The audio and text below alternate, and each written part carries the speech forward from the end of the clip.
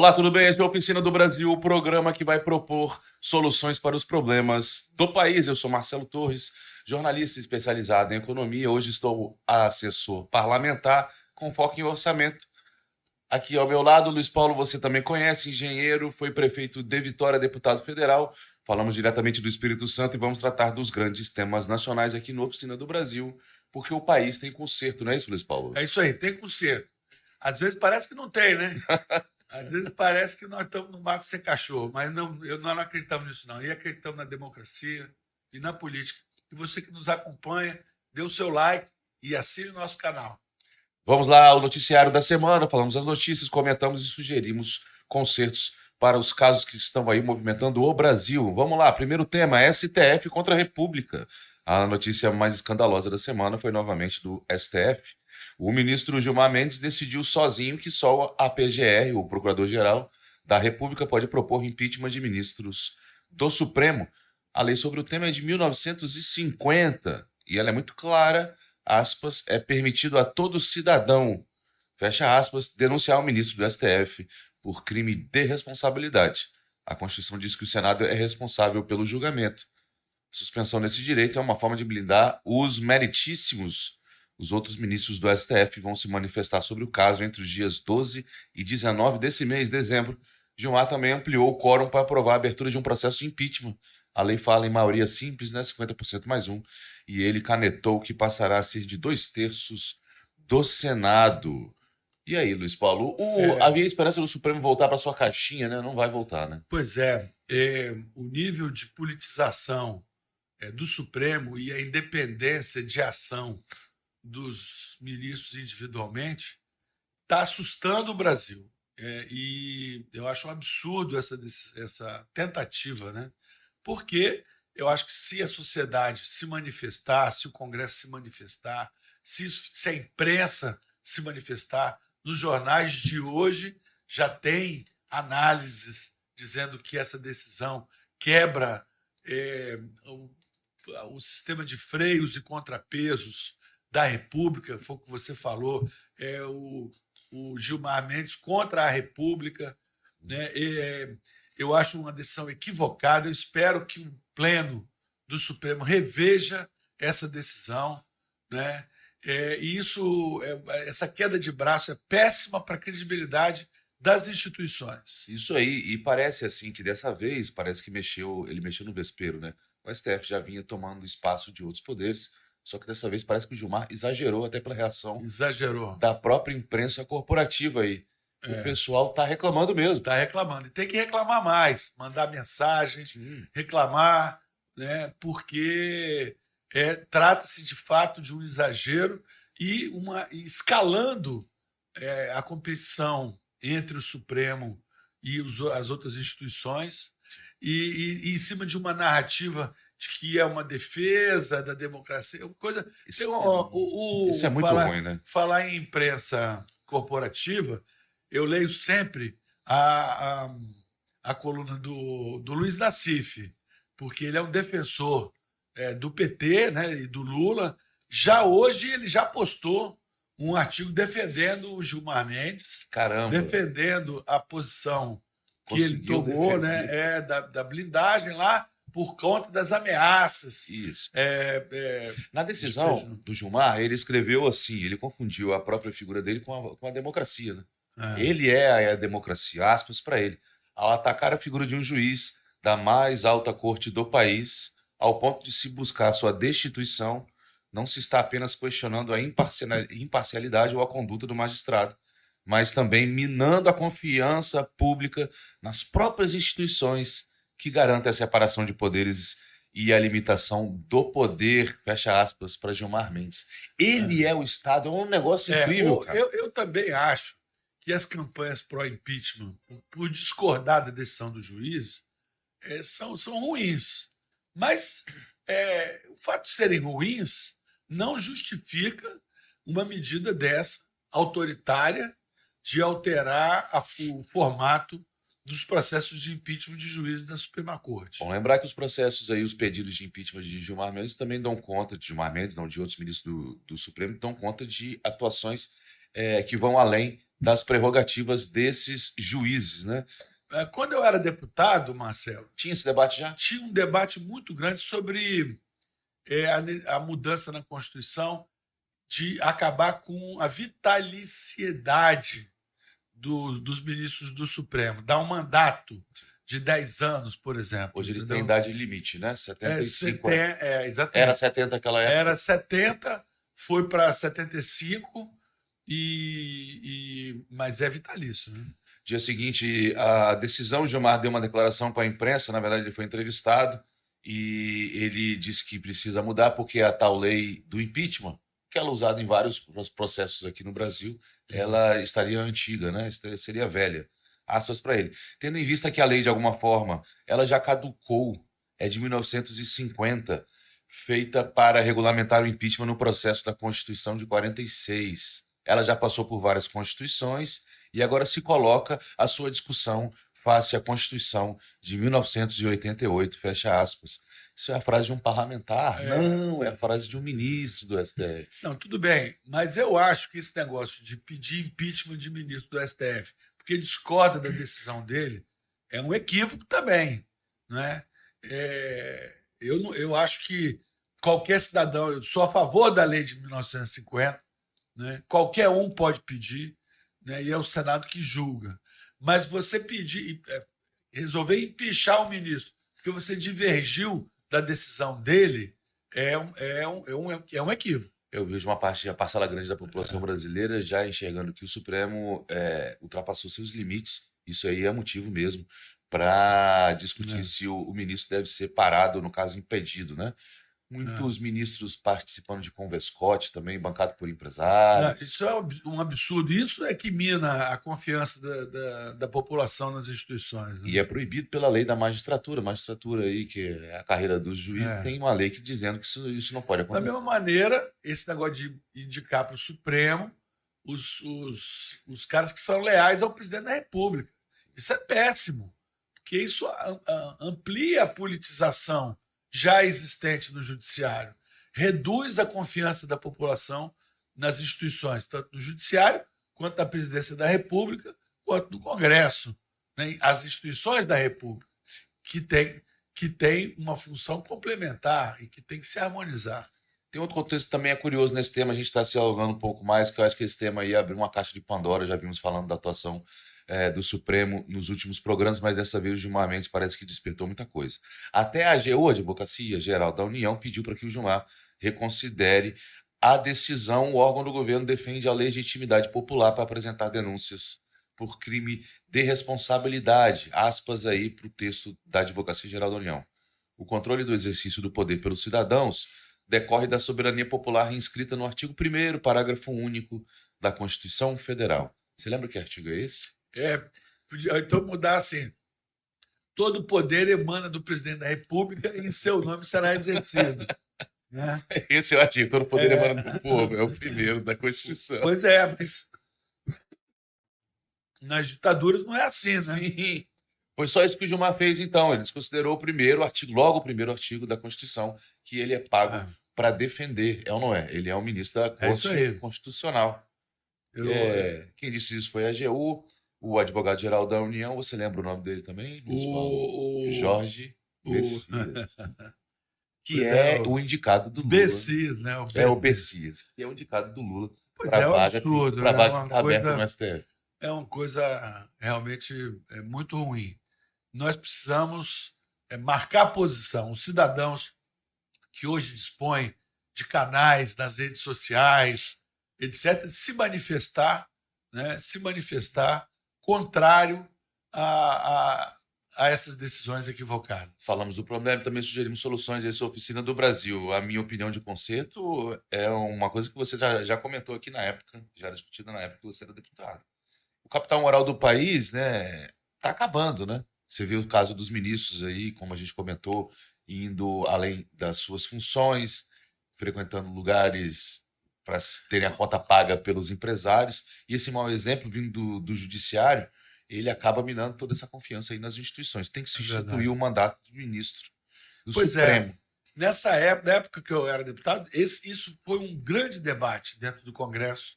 Depois esse debate acabou, houve o aumento da chamada lei da Bengala, eles chamam de lei da Bengala, né? Porque aposentadoria compulsória aos 75 anos, e o assunto do mandato para os ministros do Supremo não voltou à pauta. Acreditava-se que depois da prisão de Bolsonaro, o Supremo ia recuar, não foi o que aconteceu. Apenas nessa semana, a Judiciário, no caso, o TRF soltou o dono do Banco Master, aquele que provocou perda de 12 bilhões de reais a investidores, aposentados, pensionistas, né? O Moraes defendeu super salários, o Toffoli colocou sigilo no caso Master. Tá? Coisa. E agora a corte começa aí essa decisão blindada por Gilmar Mendes. Me parece que o STF virou um partido político, isso tem que mudar, uma forma é colocar mesmo mandato. Vamos pro próximo ponto, Luiz Paulo. Vamos lá. Planalto contra o Congresso. A semana também aprofundou a disputa entre o Congresso e o governo Lula, após a indicação de Jorge Messias à vaga no STF. Né? O presidente do Senado, Davi Alcolumbre, cancelou a sabatina de Messias na CCJ, na Comissão de Constituição e Justiça. Estava marcada aí a sabatina para o dia 10 de dezembro. Isso porque Lula não enviou ao Senado a mensagem da indicação. Ele só publicou no Diário Oficial. Não mandou a mensagem. No domingo, Alcolumbre havia divulgado uma nota criticando o Planalto pela atuação em favor de Messias. Diz que o executivo tenta criar a falsa impressão perante a sociedade de que divergências entre os poderes são resolvidas por ajuste de interesse fisiológico, com cargos e emendas. Trata-se de um método antigo de desqualificar quem diverge de uma ideia ou de um interesse de ocasião. Então a gente viu tudo, Luiz Paulo, nessa semana, até o Alcolumbre reclamando de cargos e emendas. Pois é, né? Ele negou uma coisa que é feita à luz do dia, né? Sim. Que é a construção de governabilidade de base de sustentação com base em cargos e emendas. A maior fonte de desmoralização da política é exatamente esse fisiologismo, que ele diz que não existe, mas ele deve morar em outro planeta. Que ele critica. Como se não tivesse feito. Como se não existisse isso nas câmaras de vereadores, nas assembleias legislativas e no Congresso Nacional.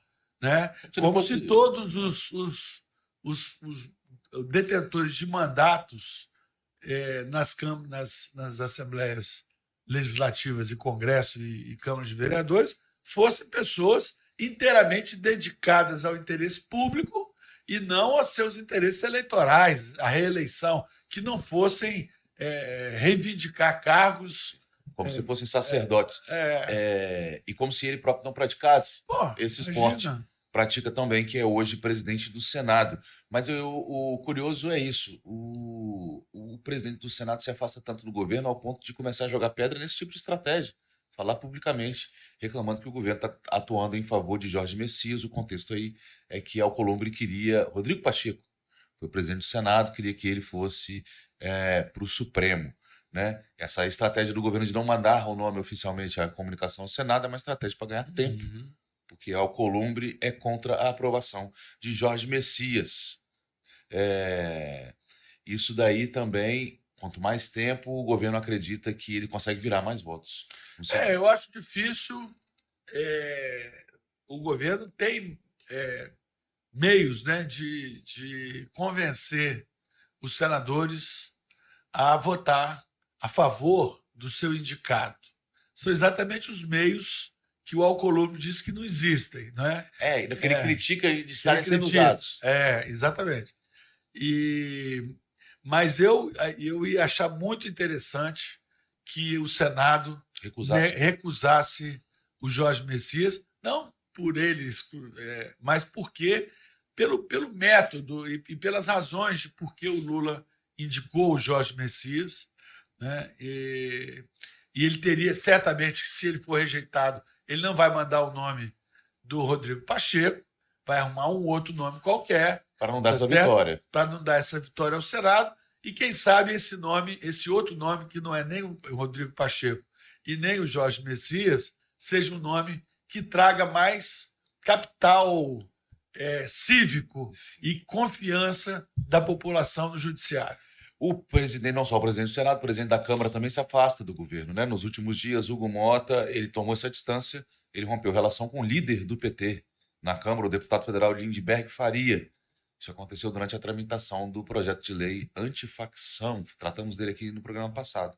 O PT é contra a lei que combate o crime organizado e Lindbergh fez insinuações contra a intenção de Mota ao tratar de segurança pública. Logo, esse tema que é a maior emergência do país, então se afastou do governo também o presidente da Câmara. A bola agora está com o Senado, né? O Um projeto de lei. O projeto, né? Antifacção. Isso. Aqui falamos do problema e também do conserto. Eu acredito, na minha opinião, que o que precisa mesmo é mudar esse governo urgentemente, né? O Lula, ele sempre coloca a democracia em risco, embora pouca gente fale sobre isso, porque ele nunca aceita o legislativo, né? Vamos pegar aí, ele foi um deputado constituinte inútil, ele não fez nada, saiu falando que não sabia para que servia um deputado. Quando ele foi presidente, ele montou... que tinham 300 picaretas. Essa frase é dele, né? Dizendo naquela constituinte lá que ele não conseguia enxergar nada da política, a não ser que eram todos picaretas, né? 300 pelo menos. Ele, quando foi presidente pela primeira vez, ele praticou o mensalão, que é aquela compra de votos no varejo, pagando mesada. Depois veio o petrolão, que é a compra no atacado. Ele foi pagando dívidas de partido e assim ele pegava os votos dos partidos. E agora a estratégia dele é fechar o Congresso com a ajuda do Judiciário. É só ele recorrer a decisões do parlamento, ele vai ao STF e o STF dá ganho de causa ao governo Lula. Para que parlamento, né? Aí eu pergunto. Você fez um resumo um pouco ácido demais para o meu gosto, mas não é ruim, não está errado, né? Talvez um pouco incompleto, sem circunstâncias, mas no caso do Petrolão, por exemplo, eu acho que pior do que a corrupção no atacado foi a mudança de estratégia, né, do marco regulatório do petróleo, depois da descoberta do pré-sal, né, para favorecer, em tese, a indústria brasileira, mas que, na verdade, restaurar a indústria naval, criar 11 estaleiros, né, através das compras da Petrobras. Quer dizer, a corrupção foi horrível, mas a estratégia foi pior para o Brasil. De novo, me parece que a origem de tudo isso é essa relação ruim que o Lula tem com o legislativo. Ele não consegue respeitar o legislativo, então ele vai criando estratagemas para passar por cima. E essa estratégia... É populismo, né? O estratagema era que arranjar dinheiro para comprar ou pagar dívidas de partidos políticos para eles votarem juntos. É isso aí. E cargo, né? Isso. E cargo, porque mesmo os partidos que certamente não estarão no palanque do Lula, têm ministério e cargo, né? O PP de Ciro Nogueira tá lá. É quem manda na Caixa Econômica. Só isso. Só isso, cara. Então, quer dizer, esse loteamento da máquina pública para ter apoio político é uma coisa absurda. E isso, naturalmente, mina a confiança das pessoas na democracia e na República e nas instituições. Próximo tema, Venezuela, Luiz Paulo. Na quinta-feira dessa semana, o governo Trump orientou os cidadãos americanos a deixarem a Venezuela imediatamente. É mais um sinal de que os Estados Unidos preparam uma operação militar para retirar o ditador Nicolás Maduro da presidência. No fim da semana passada, acabou aquele prazo dado por Trump para que Maduro deixasse o país. O ditador da Venezuela, ele se sabe aí, né, fraudou as eleições de 2024, ele usou o judiciário também para barrar adversários e ainda é acusado pelos americanos de liderar um cartel de drogas que exporta essas substâncias para os Estados Unidos. Na semana, Trump disse que muito em breve vai começar a bombardear o território venezuelano. Uma guerra na nossa fronteira, Luiz Paulo. Eu acho um absurdo, né? Não é a primeira vez que os Estados Unidos fazem isso, né? A guerra do Iraque foi assim, né? O Colin Powell, que foi para o plenário da defesa, secretário, né? Foi para o Conselho de Segurança da ONU, televisionado, para dizer que o Saddam Hussein tinha armas de destruição em massa. Então eles iriam invadir, sob esse pretexto, o Iraque. O Saddam Hussein, como Maduro, merece ser destituídos. São ditadores. É horrível a situação deles, né? Mas uma intervenção militar, né, americana com milhares de mortos, bombardeamento, destruição. Bagdá, que é uma cidade milenar, foi totalmente Bíblica. destruída, totalmente destruída. Eles tiraram o Saddam, né? Prenderam e executaram o Saddam. Enforcado. Mas o Iraque melhorou, o mundo melhorou? De jeito nenhum. Isso justifica a intervenção militar norte-americana. Então, eu acho que isso é politicagem do seu Donald Trump. Ele está ameaçando fazer isso para ganhar. Isso faz parte do teatro dele. Eu espero que isso não aconteça, né, para o bem do povo venezuelano e do nosso, porque é uma guerra na nossa fronteira, como você falou. Sim, toda guerra gera uma crise humanitária também. Claro, o Brasil vai acabar péssimo. É horrível. Guerra não é. Acabar recebendo muitos venezuelanos. Se você me perguntar, eu nunca vou ser a favor de uma guerra para resolver um conflito. Nunca. Quando a política falha, a miséria da política é a guerra, né? Quando ela É a política por outros meios, né? É a política por outros meios. Ou a política é a guerra por outros meios. Na verdade, a guerra é essencialmente também política, conflito, né?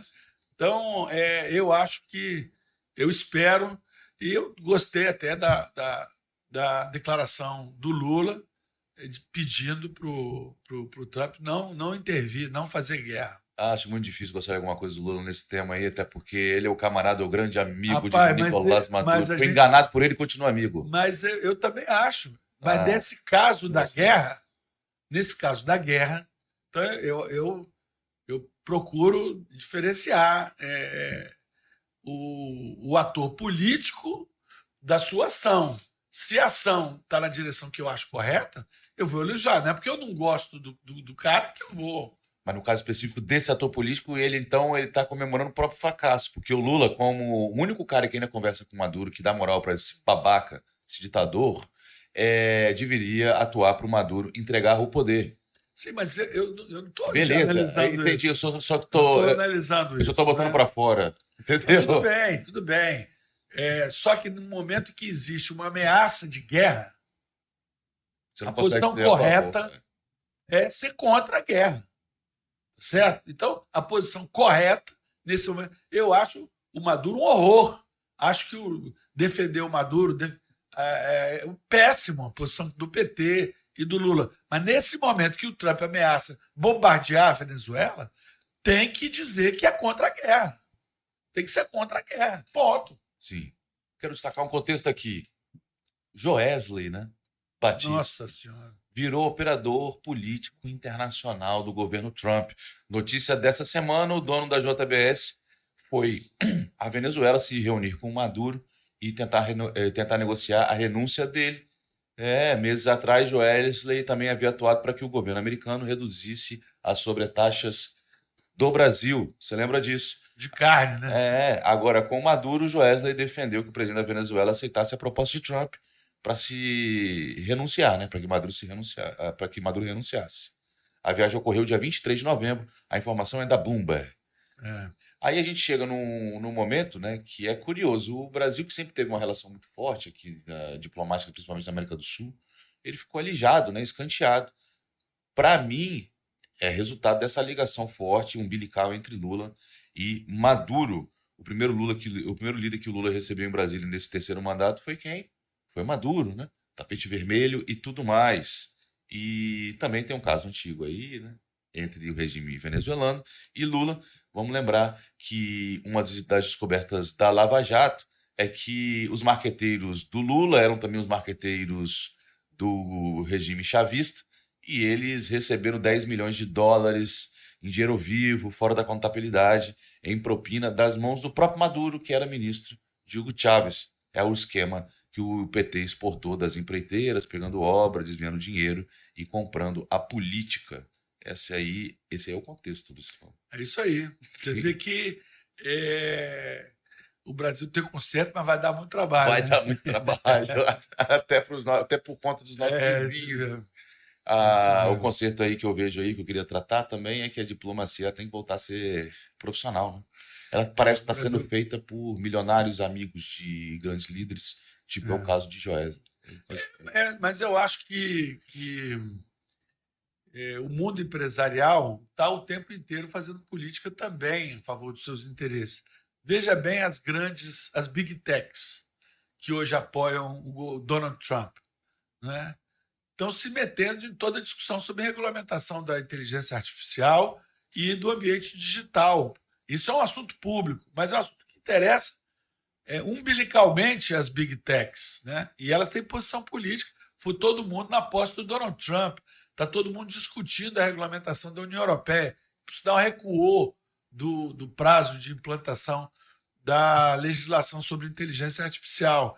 Então, o mundo empresarial e econômico e o mundo político, o mundo, vamos dizer assim, da regulação da vida das pessoas e também da economia, interessa aos empresários. Eu não acho estranho que o empresário se meta nisso. Mas que fique só com ele, esse aí que é o grande drama. Parece que a diplomacia nos últimos tempos ela tem recuado ou se transformado em outra coisa. Minha opinião. O governo do PT, a estratégia, a política externa deles é muito ruim. É uma estratégia ideológica. Sim. Como era também muito ruim a do Bolsonaro.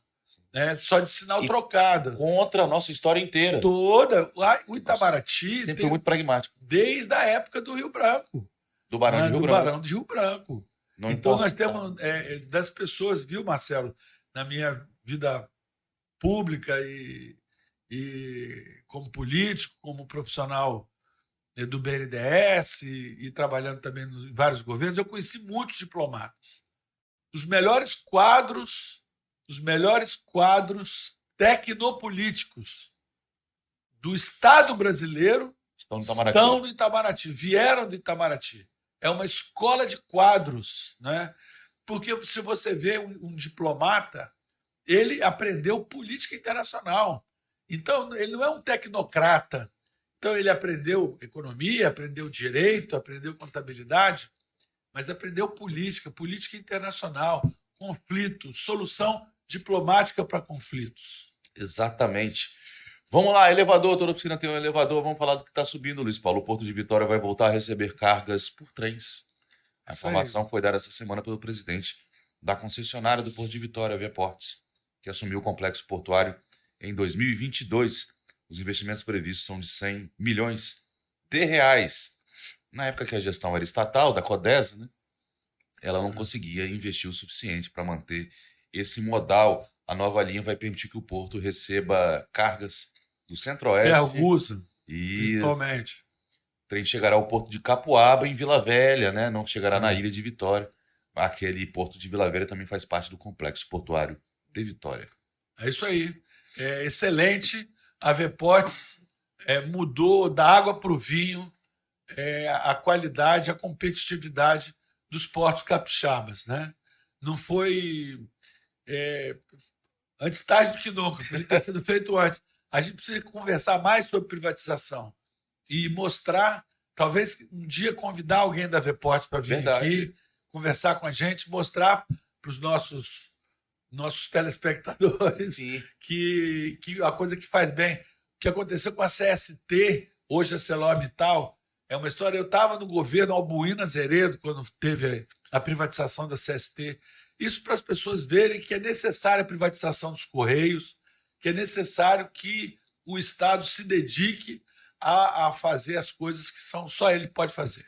Exatamente. Saúde, educação, segurança e regulação. O restante deixar para o setor privado tocar. Pit Stop, notícias rápidas, comentários curtos. Vamos lá, o PIB.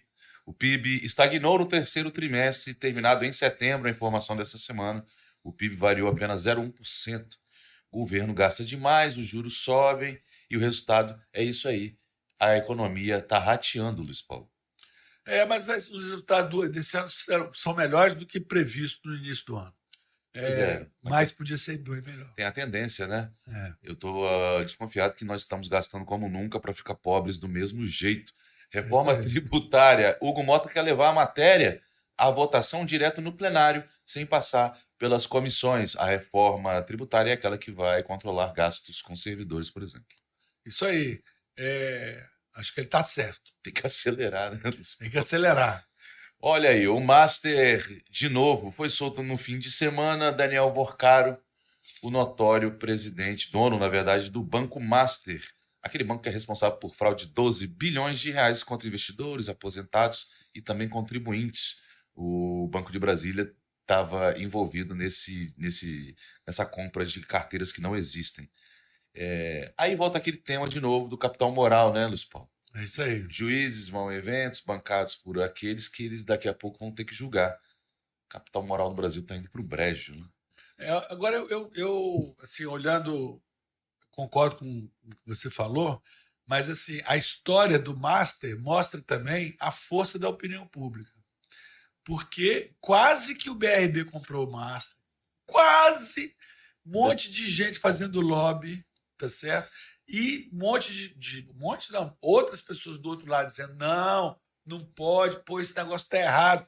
Quantas vezes eu nunca tinha ouvido falar em Daniel Vorcaro, de repente ele virou um cara famoso, que tinha um monte de gente, olha esse cara perigoso, mas tá ali financiando isso. E aí gente defendendo ele e se conseguiu liquidar o banco dele, prendê-lo, tá certo? Sim. Então eu acho... esse episódio todo me mostra que o Brasil tem que ser. Olha aí, ó, fechou bem. Dica cultural.